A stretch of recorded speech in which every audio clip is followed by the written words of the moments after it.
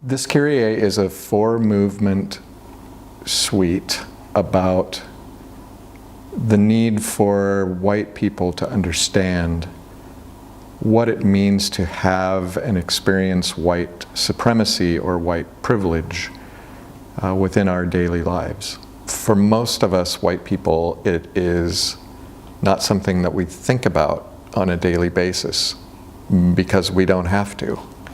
And that really is the point of this whole thing, is understanding that there are differences between how we live our lives, people of color versus white people.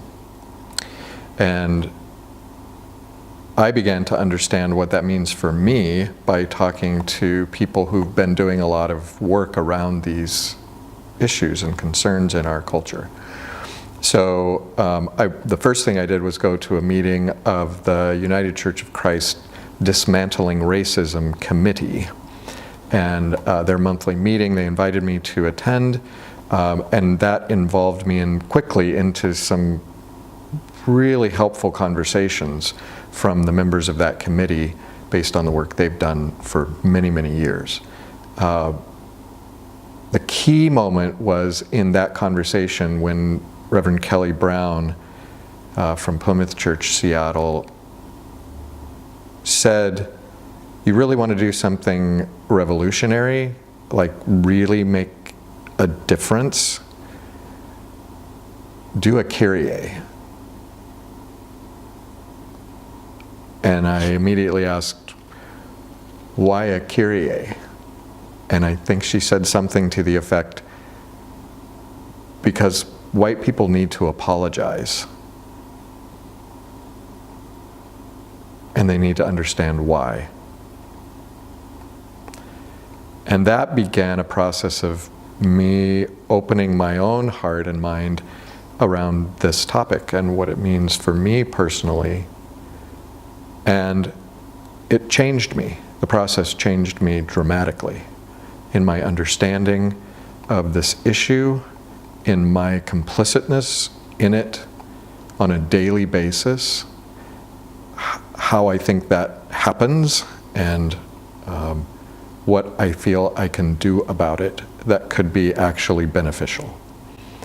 And so out of that journey and talking with other people from the committee who were incredibly helpful, and talking to other people in my life, both people of color and other white people who've worked on this for themselves, and I began to write the text.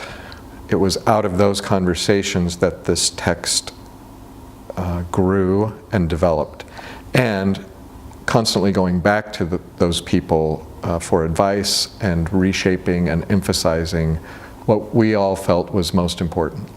So certainly I'm listed as the person who came up with most of the lyrics, but it really was a community collaborative experience. People of all races, all backgrounds, and many different experiences bringing this text together.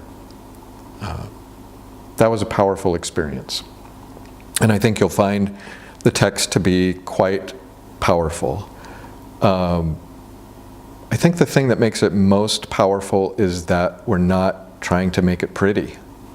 The text is not pretty. It's heavy, it's difficult, and it's honest. And I think it comes from a place of humility and my own personal understanding that this situation within our American culture and many places around the world is not something for which I can lift myself up as a savior to fix it all. That was one of the hardest things for me to learn, primarily because I'm a fix-it kind of guy. I see a situation, I want to go in and make it better. What I've learned is that I need to humble myself and listen. Open myself to understand. And then compassionately do everything I can in my own life to make a difference. So that's the basis for this piece. And then Michael Austin Miller, my composing colleague, we began to write the music together.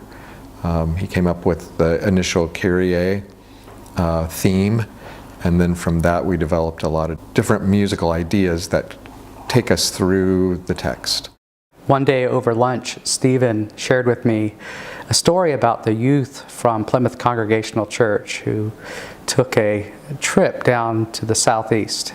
And the more he talked about it, the more interested I became in hearing about the experiences these young people had.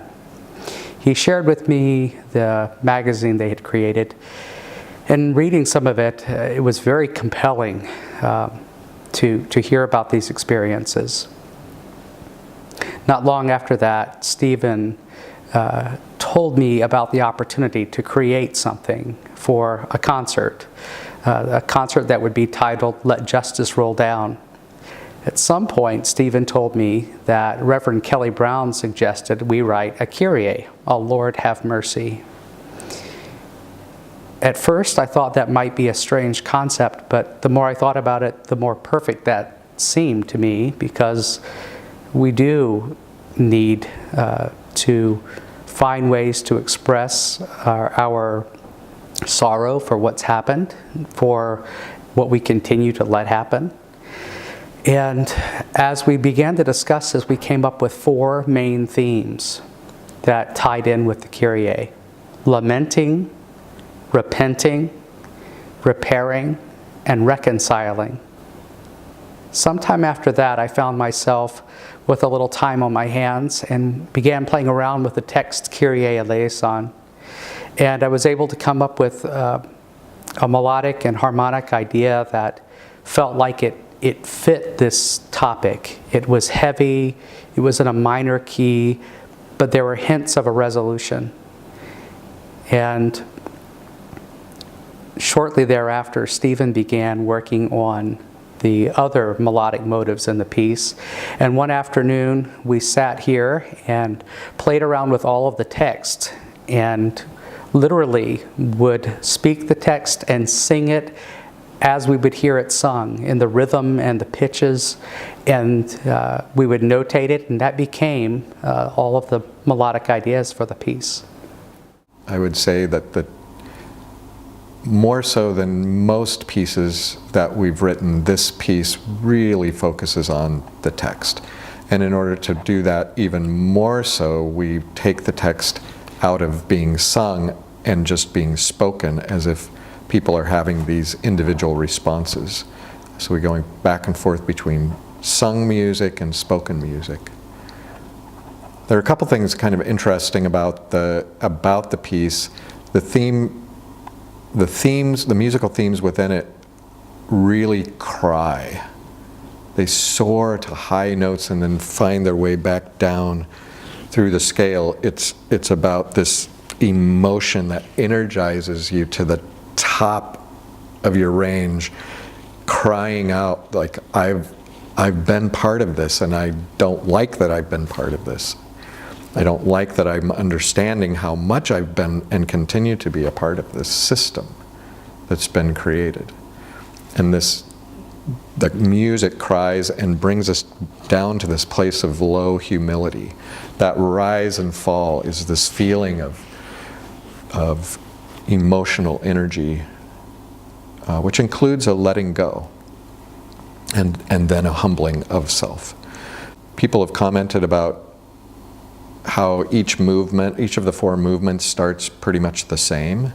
So this incessant almost return of this initial theme that's very much same. And I think there are a couple things driving that. One is the reality that we just keep coming back to this over and over again as a culture. We need to keep coming back to it over and over. So it's this return. We're calling out for this return, keep coming back to this same feeling of humility and sorrow and apology for our part in this negative, incredibly negative part of our culture. It seems like we make great progress, but then we find ourselves back at it. And you hear that in the music because the theme returns, in some cases verbatim, from what you've heard earlier. But it's an intention to remind us that we're letting history repeat itself. And it is time for us to make some changes and to remind ourselves that we've been here before, and we need to work and we need to recognize what it is we contribute to the racial inequality that's in our world.